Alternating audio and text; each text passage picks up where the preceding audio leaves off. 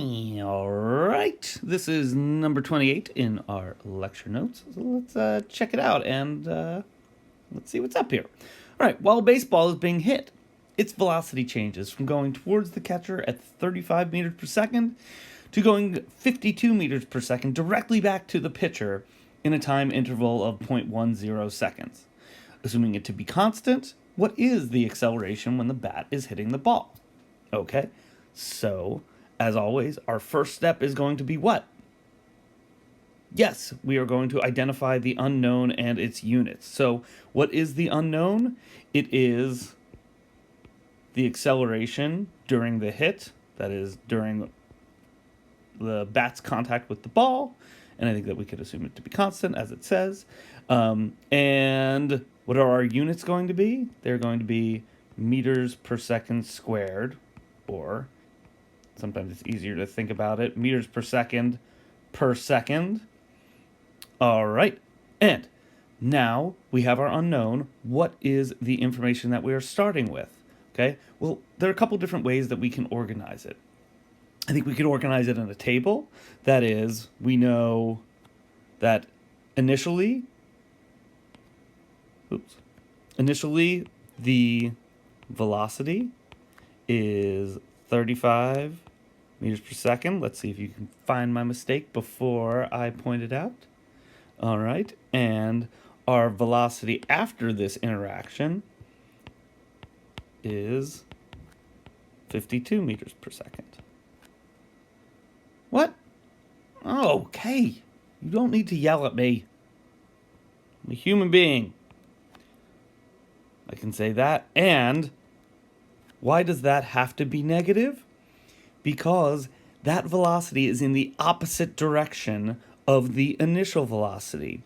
So something that can help you kind of guard against our reflex to just put, okay, it's 35, it's 52. These are vectors. We have to represent them as such. For me, it is very helpful. And in lots of physics problems, it's going to be really, really helpful. That is a bat. It's a bat. All right? And this is a ball. Not stink lines, motion lines. And if you can organize your given pieces of information in a diagram, that makes it much easier to guard against sort of making those oversights. And I'm going to put VF this way. And then that shows me like, oh, that's an extra reminder. This is plus 35 meters per second. And if I'm using pluses and minuses, and we're not just assuming it's to the right or to the left, let's make sure that we define that. So positive direction, negative direction. Okay, and we have VF as being negative 52 meters per second. Okay, so now we have our unknown. We have our given pieces of information. What is our next thing? Well, are we using some sort of formula? Well, what is acceleration? Well, the average acceleration of something is the change in velocity over the change in time. So let's play the game number or no number. It's my favorite game, and we of course must use the yellow highlighter for that. All right, number, no number. Not directly. Oh, can you believe I forgot a piece of given information? That's right. The time of this hit happening, it happens over the span of 0.10 seconds. So it looks like our unknowns are two. We have two unknowns. We have the time. Now, for delta V, what does that represent? And you may say, like, wait, but we actually do have that information. That's right. But let's make sure that when we, before we plug in the numbers, let's get our equations in the form of the things we have given information for. So we can say that it is final velocity minus the initial velocity over time. And now if we play number, no number, number, no number, number, number, number, yes! All right, so now, is our variable isolated? Yep, we're solving for the average acceleration. So we're ready to now plug in numbers, okay? So the v final is minus 52 meters per second minus the initial 35 meters per second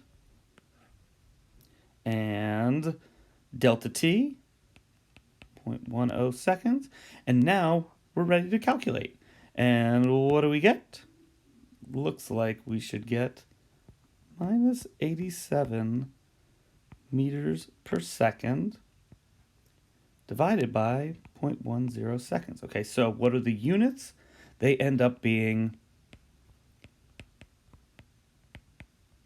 and it looks like my sig figs are good. I've boxed my answer. Now, let's check ourselves before we wreck ourselves and say, hey, does this answer make sense? I'm going to say, yeah, it does make sense. Why would the acceleration be negative? The acceleration is negative because in what direction is the velocity changing?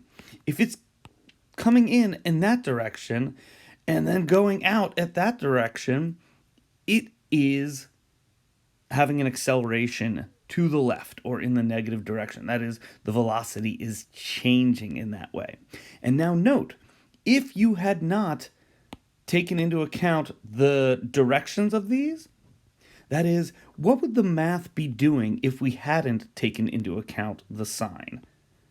That would mean we would be saying, all right, the initial velocity is this way, and then the final velocity is that way. So which way would that give us an acceleration of? Yeah, that would give us an acceleration in the positive direction. And also the magnitude. How would the magnitude compare in that situation? It would be smaller. How come? Because this change in velocity is only 17 meters per second, when in fact the ball is being slowed down and then pushed the other way, so that the change of velocity is going to be much greater than 17. So, you ready for this? Let's make it thick. Yeah, it's going to be thick. I'm going to go... No. All right. Hopefully that is helpful. Let me know if not.